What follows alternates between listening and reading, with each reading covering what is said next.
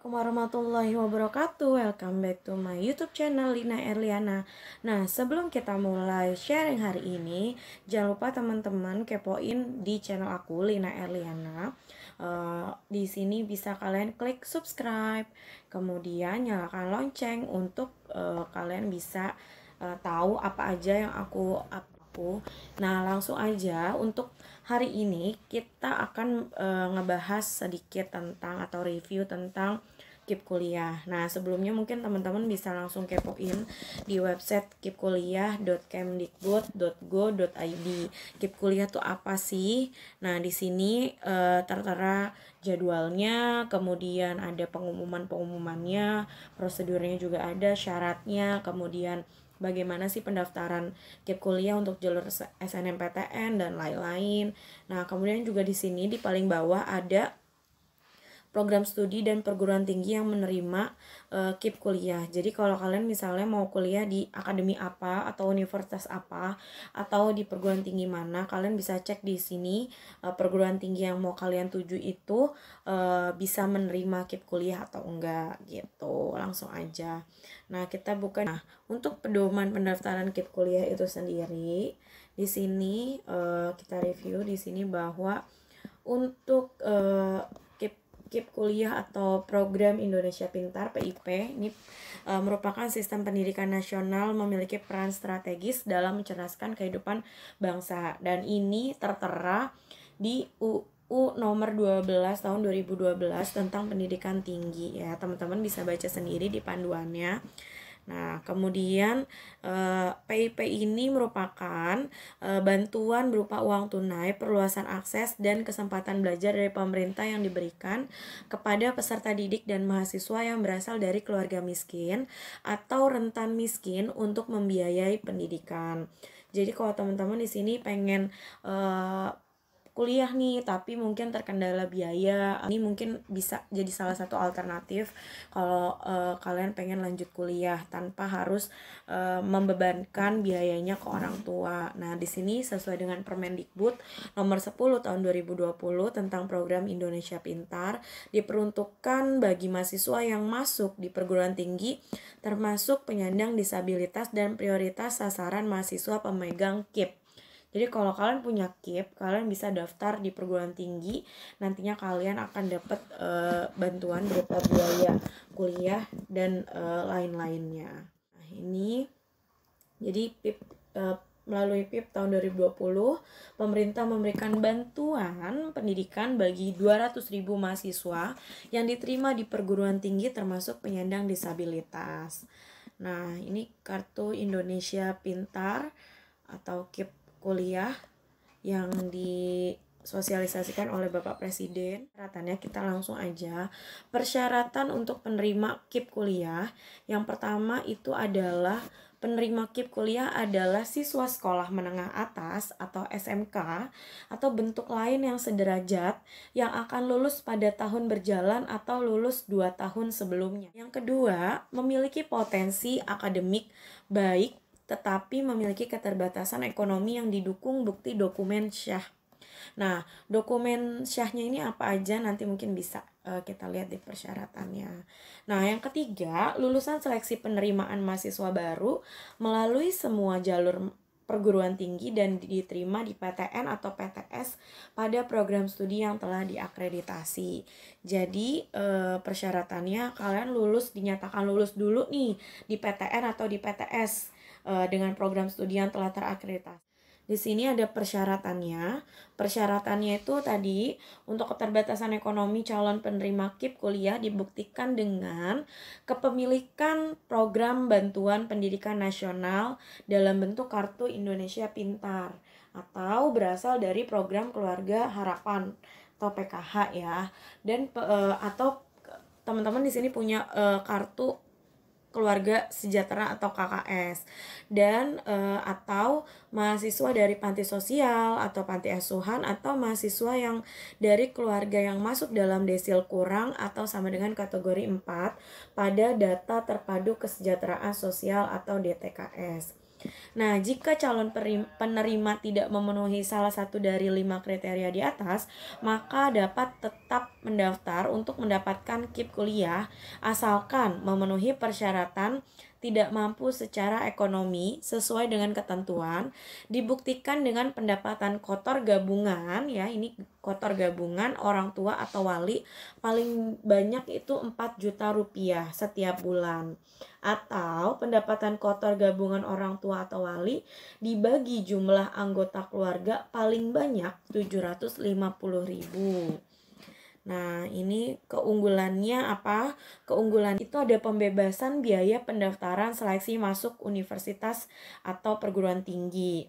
Nah, kemudian pembebasan biaya kuliah atau pendidikan. Jadi tadi kan pembebasan biaya pendaftaran. Misalnya kalau teman-teman yang lain yang nggak pakai KIP kuliah itu bayar ya untuk UTBK biasanya untuk satu pilihan Saintek atau Sosum itu 200.000. Nah teman-teman kalau yang pengen UTBK tapi pakai KIP kuliah nih, ini biaya pendaftarannya dibebaskan, dan pembebasan biaya kuliah juga nih. Jadi yang dibayarkan langsung ke perguruan tinggi. Misalnya teman-teman yang lain nih jalurnya reguler, dia nggak pakai KIP kuliah gitu kan. Nah mereka misalnya kena UKT berapa biaya kuliahnya per semester. Nah kalau teman-teman yang pakai KIP kuliah ini biaya kuliahnya benar-benar ditanggung. Biaya hidup juga diberikan. Jadi berdasarkan perhitungan besaran indeks harga lokal masing-masing wilayah perguruan tinggi. Jadi nanti kalian juga dapat biasanya kayak bantuan biaya hidup, dan itu berbeda-beda tentunya di setiap wilayah perguruan tinggi gitu. Nah untuk jangka waktu pemberian KIP kuliah target maksimalnya ya teman-teman. Jadi ada program reguler untuk sarjana itu maksimal 8 semester. Untuk diplomat 4 itu maksimal 8 semester. Untuk diploma 3 itu maksimal 6 semester, untuk diploma 2 maksimal 4 semester. Nah, gimana kalau misalnya kita melebihi dari waktu maksimal yang ditentukan?